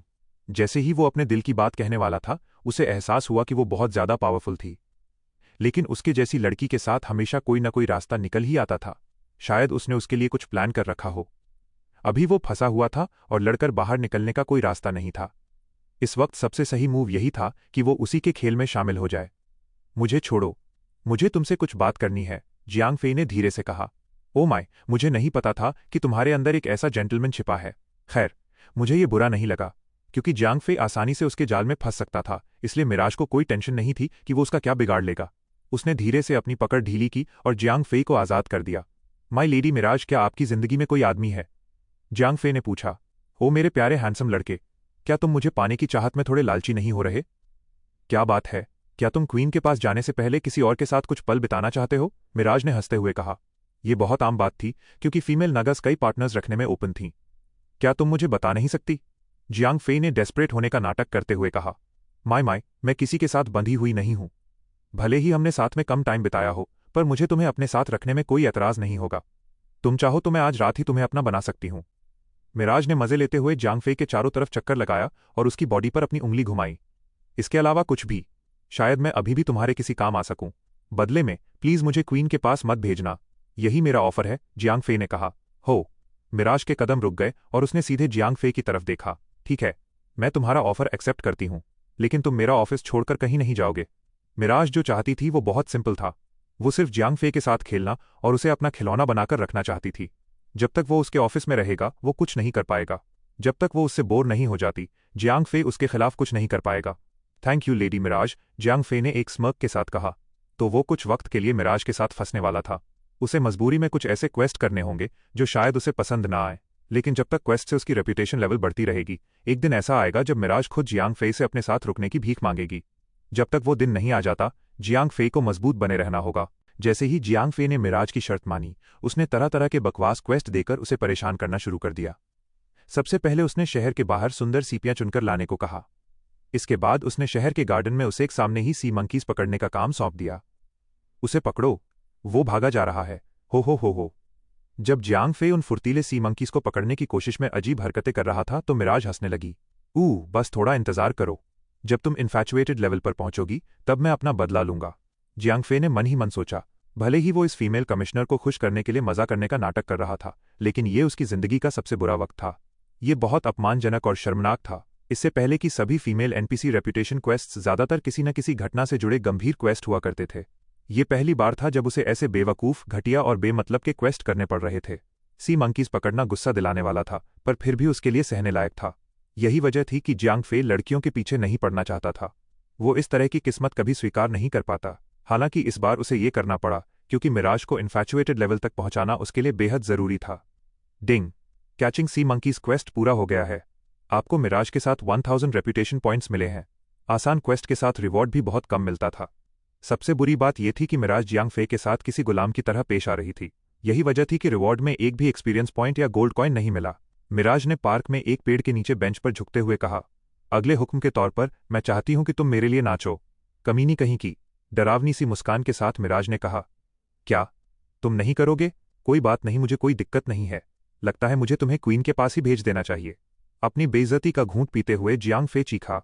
जीआरआर, ठीक है, मैं नाचूंगा, पर यह सिर्फ तुम्हारे लिए है। और वो किसी मूर्ख की तरह इधर उधर नाचने लगा। वो रेप्यूटेशन लेवल के आधे रास्ते पर पहुंच चुका था। थोड़ा सा और वो मैक्सिमम रेप्यूटेशन लेवल पर पहुंच जाता। वो अभी हार कैसे मान सकता था?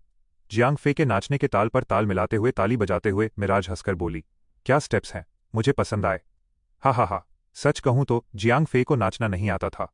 वो बस अपने हाथ पैर यहां वहां हिला रहा था। वो देखने में बहुत भयानक लग रहा था, लेकिन मिराज को इस बात से कोई फर्क नहीं पड़ता था। वो तो बस उसे टॉर्चर करना चाहती थी। यही वजह थी कि वो इतनी खुश थी। डिंग, डांसिंग फॉर जॉय क्वेस्ट पूरा हो गया है। आपको मिराज के साथ 1000 रेपुटेशन पॉइंट्स मिले हैं। अपनी उंगलियों से जियांग फेई को पास बुलाते हुए मिराज ने कहा, साय, तुम्हें अपना मनोरंजन करते देखना सच में थका देने वाला है। आ जाओ, मुझे पीठ की मालिश चाहिए। डिंग, मिराज के पास तुम्हारे लिए एक क्वेस्ट है, मसाजिंग द ब्यूटी। क्या तुम इसे एक्सेप्ट करोगे? अपने दिल में सुलगते गुस्से को दबाते हुए जियांग फेई ने कहा, जरूर मेरी रानी। क्या मुझे जोड़ों की मालिश भी करनी चाहिए? जैसे जैसे मिराज का रेपुटेशन लेवल एडमायर के करीब पहुंच रहा था, वो जितने क्वेस्ट दे रही थी वे और भी ज्यादा अजीब होते जा रहे थे। इन टॉर्चर करने वाले क्वेस्ट से गुजरने के बाद मिराज आखिरकार रेपुटेशन लेवल के दूसरे आखिरी स्टेज पर पहुंच गया। उसे मिराज को अपने प्यार में पागल करने के लिए सिर्फ 1000 और रेपुटेशन पॉइंट्स की जरूरत थी। मिराज ने जियांग फेई के चारों ओर अपनी बाहें लपेटते हुए कहा, मेरे करीब आओ, मैं चाहती हूं कि तुम मुझे अपने हाथों से खिलाओ। डिंग, मिराज के पास तुम्हारे लिए एक क्वेस्ट है, पैम्परिंग द लेडी। क्या तुम इसे एक्सेप्ट करोगे? दांत पीसते हुए जियांग फेई ने कहा, यह मेरे लिए बड़े सौभाग्य की बात होगी। ये उसका आखिरी क्वेस्ट था जो वो देने वाली थी। हालांकि उसे इस बात का जरा भी अंदाज नहीं था। जियांग फेई ने मिराज के पास रखी फल की टोकरी से अंगूर का एक दाना उठाया और उसका छिलका उतारकर उसे उसके रसीले होठों के पास ले गया। मिराज ने जियांग फेई की उंगलियों से अंगूर चाट लिया और बड़े ही मादक अंदाज में उसे चबाने लगी। इतने से काम नहीं चलेगा, मैं चाहती हूं कि तुम मुझे खिलाओ, उंगलियों से नहीं बल्कि अपने होठों से। जियांग फे चौंक गया। माफ करना क्या? मिराज ने उसके कानों में फुसफुसाते हुए कहा, जिससे उसके रोंगटे खड़े हो गए। क्या ये ना है? मुझे डर है कि तुम्हारे पास यहां ज्यादा ऑप्शन नहीं है, मेरे प्यारे सुंदर लड़के। बिना किसी जवाब का इंतजार किए मिराज ने बिना छिले अंगूर को जियांग फे के होठों पर रख दिया। मुस्कुराते हुए मिराज ने कहा, देखा, ये इतना भी मुश्किल नहीं था। इसके बाद मिराज ने अपनी उंगलियां नीचे उसकी ठुड्डी तक फेरते हुए कहा, अगर तुम शुरुआत से ही बात मानते तो मैं तुम्हारे साथ इतनी सख्ती से पेश नहीं आती। मिराज ने अचानक आगे बढ़कर जियांग फे के होठों पर किस कर लिया और बोली, तुम बहुत क्यूट हो। अर्ग। जियांग फे बुरी तरह सिहर उठा। SH*T। डेवलपर्स ने ये किस तरह की हरकत डाल दी है? इसे तो रेप माना जाना चाहिए। अगर बात इसके उलट होती तो सिस्टम इस हरकत को फ्लैग कर देता और प्लेयर पर पावरफुल शॉट के लाइटनिंग की बिजली गिराकर उसे भस्म कर देता। किस करते वक्त जियांग फे मन ही मन यही सोच रहा था। बदकिस्मती से उसे रोकने के लिए उसके पास कुछ भी करने का कोई रास्ता नहीं था। उसने उस पर कोई बाइंडिंग स्पेल लगा रखा था, वो बचकर निकल ही नहीं सकता था। कुछ भी नहीं। मैंने कभी नहीं सोचा था कि कोई औरत मुझे जबरदस्ती किस करेगी। ये पक्का कोई सडिस्ट है, जियांग फे ने सोचा। शुक्र है कि मिराज का किस बहुत लंबा नहीं था। उसने सिर्फ अपने होंठ उसके होठों पर रखे और जियांग फे के होठों से अंगूर छीनने के लिए अपनी कांटे जैसी जीभ उसके मुंह के अंदर घुमा दी। वो वाकई बहुत शानदार था। अंगूर का स्वाद तुम्हारे होठों की वजह से और भी ज्यादा बढ़ गया था। हालांकि मुझे मानना पड़ेगा कि तुम्हारा स्वाद उससे भी बेहतर था। मिराज ने अपनी पूंछ जियांग फे के चारों ओर लपेटते हुए कहा। उस औरत के इस बर्ताव से जियांग फे पूरी तरह चकरा गया था। क्या वो उसे प्रपोज कर रही थी? क्या वो उसे टॉर्चर कर रही थी? वो उसके साथ ऐसा क्यों कर रही थी? जैसे ही उसने उसे जकड़ा, उसने वो बाइंडिंग स्पेल हटा दिया जिसकी वजह से वो हिलडुल नहीं पा रहा था। धीरे धीरे वो अपनी आंखों में चाहत और हवस भरे भाव लिए जियांग फे के करीब आने लगी। जैसे ही वो एक और किस के लिए आगे बढ़ने वाली थी, डिंग। पैम्परिंग द लेडी क्वेस्ट पूरा हो गया है। आपको मिराज के साथ 1000 रेपुटेशन पॉइंट्स मिले हैं। डिंग। मिराज के कैरेक्टर पर एक चमकदार गुलाबी रोशनी चमकी, जिससे पता चला कि वो रेपुटेशन के इन्फैचुएटेड लेवल पर पहुंच चुकी है। उस पल जो पूंछ जियांग फे के चारों ओर लिपटी हुई थी, वो ढीली पड़ गई और जियांग फे को पूरी आज़ादी मिल गई। जैसे ही वो हिलने डुलने के काबिल हुआ, उसने उस औरत को धक्का देकर दूर करते हुए चिल्लाकर कहा, मुझसे दूर रहो, मेरे डार्लिंग। क्यों? इन्फैचुएटेड लेवल पर पहुंचते ही मिराज की शख्सियत पूरी तरह बदल गई। पहले वाला केस सिर्फ एक मजाकिया छेड़छाड़ थी, हालांकि इस बार उसकी आंखों का अंदाज बिल्कुल अलग था। ये बिल्कुल वैसा ही था जैसा एरियल, हुआ मुलान, सिल्फी और दूसरी फीमेल NPCs की आंखों में होता है, यानी प्यार में डूबा हुआ रूप। जियांग फे ने राहत की सांस ली। उस पल वो टॉर्चर से आज़ाद हो चुका था। उसे लगा कि ये सब सहना वाकई काम आ गया।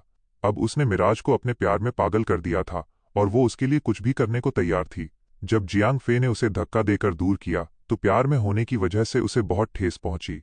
अब उसकी आंखों में दुख और पछतावा था, एक ऐसा भाव जो उसके स्वभाव से बिल्कुल मेल नहीं खा रहा था। जब मिराज धीरे धीरे उसकी तरफ बढ़ रही थी तो जियांग फे ने दहाड़ते हुए कहा, मेरे पास बिल्कुल मत आना। गांवों से आंसू बहाते हुए मिराज रोते हुए बोली, क्यों मेरे डार्लिंग? क्या मैंने कुछ किया है? क्या ऐसा है? मुझे बताओ, मैं बदल जाऊंगी। मैं वादा करती हूं कि मैं बदल जाऊंगी। मुझसे नफरत मत करो। वो घुटनों के बल बैठ गई थी। जियांग फे ने डर के मारे हांफते हुए सोचा कि उसने उसके साथ क्या कर दिया है। भले ही उसका गुस्सा होना जायज था, लेकिन उसने जो कुछ भी किया था उसके बावजूद जब मिराज फूट फूट कर रो रही थी तो उसे अपराध बोध महसूस हुआ। जब वो जमीन पर गिरकर जियांग फे से माफी की भीख मांग रही थी तो वो उस NPC पर तरस खाने से खुद को नहीं रोक पाया। चाहे वो पहले जैसी भी इंसान रही हो, उसका मौजूदा स्वभाव एक ऐसा प्रीसेट प्रोग्राम था जिसे जबरदस्ती एक्टिवेट किया गया था। ऐसा लग रहा था जैसे वो बिल्कुल अलग इंसान बन गई हो, बिल्कुल मौजूदा इजाबेला की तरह। वो पहले वाली ठंडी खूबसूरती और बड़ी बहन वाली शख्सियत गायब हो चुकी थी। मैं माफी चाहता हूँ, कृपया उठ जाओ, अपने आंसू पोंछते हुए मिराज ने कहा। क्या तुम अभी भी मुझसे नफरत करते हो? क्या तुम मुझे माफ कर दोगे? जियांग फे ने कहा, नहीं, मैं नहीं करता। क्या तुम मुझे अपनी क्वीन से मिलवाने ले चल सकती हो? भले ही उसने उसके साथ किए गए एहसान का बदला चुकाने का विचार छोड़ दिया था, लेकिन वो उसके साथ वैसा बर्ताव नहीं कर सकता था जैसा वो अपने हरम की बाकी लड़कियों के साथ करता था। वो शादी की बहुपति पॉलीएंड्री प्रथा को कभी स्वीकार नहीं कर सकता था। तुम जो कहोगे मैं करूंगी मेरे डार्लिंग। मैं कुछ भी करने को तैयार हूं, बस तुम मेरी गलती के लिए मुझे माफ कर दो। अपने आंसू पोंछते हुए मिराज रोते हुए बोली। अब चूंकि जियांग फे ने इस फीमेल कमिश्नर को जीत लिया था, इसलिए नागा टेरिटरी के बिल्कुल बीच में जाना बहुत आसान काम होने वाला था। मिराज ने जियांग फे को शहर के बीचों बीच बने एक बेहद सिक्योर टेलीपोर्टेशन सर्कल की तरफ ले जाना शुरू किया। उसकी पावर के आगे किसी भी गार्ड की हिम्मत नहीं हुई कि वो उससे कोई सवाल कर सके। फिर उन दोनों ने टेलीपोर्टेशन का इस्तेमाल किया और पूरे नागा टेरिटरी की मेन कैपिटल डिकारियोआ पहुंच गए। डिकारियोआ कभी एंशिएंट एल्व्स की कैपिटल्स में से एक हुआ करती थी, लेकिन मून गॉड को ठुकराने की वजह से उन्हें और उनके लीडर्स को समंदर में निकाल दिया गया था। भले ही हाई एल्व्स अब नागास बन चुके थे, फिर भी वो डिकारियोआ को अपनी मेन कैपिटल शहर मानते थे। ओ माय, ये तो देखने लायक नज़ारा है। टेलीपोर्टेशन सर्कल से बाहर कदम रखते हुए जियांग फे खुशी से बोला। वहां की इमारतें, सड़कें, पानी के अंदर के पेड़ पौधे और खासकर वहां का डेकोर पूरी तरह से एल्विश डिजाइन से भरा हुआ था। भले ही कहा जाता था कि ये शहर हजारों सालों से समंदर में डूबा हुआ है, फिर भी डिकारियोआ का वो एंशिएंट लुक अभी भी बरकरार था। मिराज के आगे आगे चलने की वजह से वहां घूम रहे किसी भी गार्ड ने जियांग फे को नहीं रोका। सच तो ये है कि उन्हें जियांग फे के सामने झुकना पड़ रहा था, क्योंकि मिराज उसके पीछे पीछे चल रही थी। इस इज्जतदार फीमेल कमिश्नर के बिना किसी को भी इस शहर में घुसने की परमिशन नहीं थी। यहां तक कि गोल्ड वाटर सिटी का कोई नागरिक भी स्पेशल परमिशन के बिना इस जगह में कदम नहीं रख सकता था। डिकारियोआ नागा की होली सिटी थी। नागा क्वीन का महल होली सिटी के पीछे बना था, जबकि पूरे नागा टेरिटरी का सेंटर होली ऑल्टर था। वहां वो ईविल गॉड सोलान की पूजा करते थे। यही वो जगह थी जहां जियांग फे को नागा सोल नाम का जेमस्टोन चुराने के लिए घुसना था। भले ही मिराज रेप्यूटेशन के इन्फैचुएटेड लेवल पर पहुंच चुकी थी, लेकिन वो जियांग फे को होली ऑल्टर के अंदर नहीं जाने दे सकती थी, क्योंकि खुद उसे भी वहां जाने की परमिशन नहीं थी। असल में सिर्फ क्वीन और प्रीस्टेस ही अंदर जा सकती थीं। सिर्फ किसी बड़े आयोजन या स्पेशल पूजा के दौरान ही उसे और दूसरे बड़े ऑफिशियल्स को होली ऑल्टर के अंदर जाने की परमिशन मिलती थी। मेरे डार्लिंग, प्लीज यहां इंतजार करो जब तक मैं क्वीन से बात करती हूं। मिराज ने जियांग फे को कम से कम 15 मीटर्स ऊंचे एक विशाल सुनहरे दरवाजे के सामने रुकने को कहते हुए कहा। मैं समझता हूं, तुम आराम से बात कर लो, जियांग फे ने कहा। चूंकि वो पहले से ही उसके प्यार में पागल थी, इसलिए उसके किसी भी काम पर शक करने की कोई जरूरत नहीं थी। वो ऐसा कुछ नहीं कर सकती थी जिससे जियांग फे की जान खतरे में पड़े। मिराज के वहां से जाते ही जियांग फे तुरंत बोर हो गया और किनारे की तरफ टहलने लगा, जहां वो एंशिएंट एल्व्स की पेंटिंग्स और स्कल्पचर्स को मजे से देखने लगा। वो बेहद खूबसूरत और बारीकी से बनाए गए थे। ये परफेक्शनिज्म का एक सच्चा नज़ारा था, जो एल्व्स की कई खासियतों में से सिर्फ एक था। तुम कौन हो? पीछे से एक बेहद मीठी और कोमल आवाज आई। जियांग फे पीछे पलटा और उसने एक खूबसूरत नागा प्रीस्टेस को देखा। कमिश्नर की तरह उसके पास भी हाथों के 3 जोड़े थे। नीचे का आधा शरीर सांप का था और उसका चेहरा एल्व्स की खूबसूरती को टक्कर दे रहा था। मुझे माफ करना, तुम कौन हो? प्रीस्टेस ने फिर से पूछा। ओ समंदर के फूल, मैं माफी चाहता हूं। मैं बस एक नेफिलिम इंक्विजिटर हूं, उस औरत को खुश करने के लिए जियांग फे ने मीठे लहजे में कहा। जियांग फे सिर्फ इसलिए इतनी तमीज से बात कर रहा था क्योंकि उसके सिर के ऊपर एक बहुत ही भारी भरकम टाइटल दिखाई दे रहा था। प्लेयर्स के पास एनपीसीएस से बेहतर एक ही फायदा था, और वो ये था कि वो उनके सिर के ऊपर चमकता हुआ एनपीसी नाम देख सकते थे। Priestess of the holy altar, Rebecca, Naga, intermediate overlord level, 95 health points, 100%। Note, one of the 12 priestess of the holy altar. तुम इससे पहले कि वो अपनी बात पूरी कर पाती, जियांग फे ने एक कदम आगे बढ़ाया और उसे अपने रोमियो टाइटल के असर में ले लिया। उसके कैरेक्टर पर एक हरी रोशनी चमकी और जियांग फे के साथ उसका रेपुटेशन लेवल तुरंत फ्रेंडली तक पहुंच गया। उसके बाद blessings of the dragon God के साथ जियांग फे को 5000 एक्स्ट्रा रेपुटेशन पॉइंट्स मिले, जिसने उसके रेपुटेशन लेवल को और ज्यादा बढ़ा दिया। मैं तुम्हारा स्वागत करती हूं मेरे नेफिलिम दोस्त, खुशी से मुस्कुराते हुए नागा प्रीस्टेस ने इज्जत के साथ कहा। थैंक यू, जियांग फे ने भी मुस्कुराकर जवाब दिया।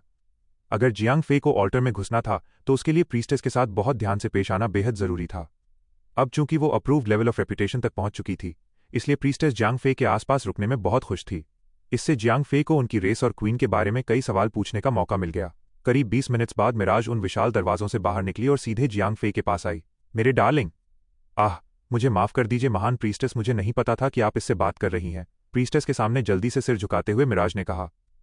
कोई बात नहीं, क्या क्वीन ने इस इज्जतदार इंक्विजिटर को बुलाया है? हाँ, ओ महान प्रीस्टेस, अपना सिर झुकाते हुए मिराज ने कहा। अगर ऐसा है तो मैं इसे तुम्हारे भरोसे छोड़ती हूँ, रेबेका ने कहा और बिना कोई गुड बाय बोले मुड़कर वहां से चली गई। क्या अथॉरिटी के मामले में प्रीस्टेस पावरफुल होती हैं? जियांग फे ने पूछा। इजाबेला के उससे बात न करने की वजह से जियांग फे इस दुनिया के तौर तरीकों से पूरी तरह अनजान था। हाँ, वो होती हैं, मरफोक से बिल्कुल अलग, जहां सिर्फ एक एब्सोल्यूट अथॉरिटी होती है, यानी पोसीडन हम नागस का कोई एक एब्सोल्यूट रूलर नहीं होता। क्वीन का काम रोजमर्रा के मैनेजमेंट के काम देखना होता है, जबकि सारे नागा पर सबसे बड़ी अथॉरिटी प्रीस्टेस की होती है। उनके पास अगली क्वीन चुनने की पावर होती है। अच्छा, तो ये बात है, जियांग फे ने जवाब दिया और अपना सिर हिलाया। ऐसा लग रहा था कि नागा पुरानी ऑथोरिटेरियन गवर्निंग सिस्टम को नहीं मानते थे। भले ही क्वीन कई गवर्निंग डिसीजंस को देखती थी, लेकिन 12 ऐसी बड़ी हस्तियां थीं जिनके पास क्वीन से भी ज्यादा अथॉरिटी थी। जियांग फे को एक ख्याल आया। नागा की जिंदगी नागा सोल से कंट्रोल होती थी। ऐसे में होली ऑल्टर जहां वो जेमस्टोन रखा जाता था वो नागा टेरिटरी की सबसे सुरक्षित जगह होनी चाहिए, और वो प्रीस्टेस जिनकी होली ऑल्टर तक एक्सेस थी वो पूरी नागा रेस की सबसे बड़ी अथॉरिटी थी। डार्लिंग प्लीज मेरे पीछे आओ, क्वीन तुमसे बात करने के लिए तैयार हो गई हैं। लेकिन मेरी तुमसे गुजारिश है कि तमीज से पेश आना। क्वीन को ये बिल्कुल पता मत लगने देना कि तुम असल में कौन हो, मिराज ने कहा। जियांगफे के प्यार में पागल होने के बाद उसने नागास के प्रति अपनी लॉयल्टी पूरी तरह से छोड़ दी थी, और अब वो जियांगफे का साथ देने वाली थी। रिलैक्स, मैं सब संभाल लूंगा। ये कोई पहली क्वीन या किंग नहीं है जिससे मैंने बात की है, जियांगफे ने कहा। अगर वो पकड़ा भी जाता तो वो बस क्वीन के साथ रेप्यूटेशन पॉइंट्स कमाकर खुद को खतरे से बाहर निकाल सकता था। जियांगफे ने उस बड़े दरवाजे के अंदर मिराज का पीछा किया और रॉयल चेंबर की तरफ चल पड़ा। चूंकि नागा की होली सिटी में बहुत से लोगों को अपनी मर्जी से घुसने की इजाजत नहीं थी, इसलिए पूरे महल की रखवाली सिर्फ कुछ ही फीमेल गार्ड्स कर रही थी। माय क्वीन, वो इंक्विजिटर आ गया है, चेंबर में घुसते हुए मिराज ने कहा। प्लीज अंदर आ जाओ, एक बेहद खूबसूरत आवाज ने सुस्ती से कहा। जी माय क्वीन। मिराज ने तुरंत जियांगफे को चेतावनी भरी नजर से देखा, ताकि वो उसे याद दिला सके कि क्वीन से बात करते वक्त उसे अपनी तमीज का ध्यान रखना है।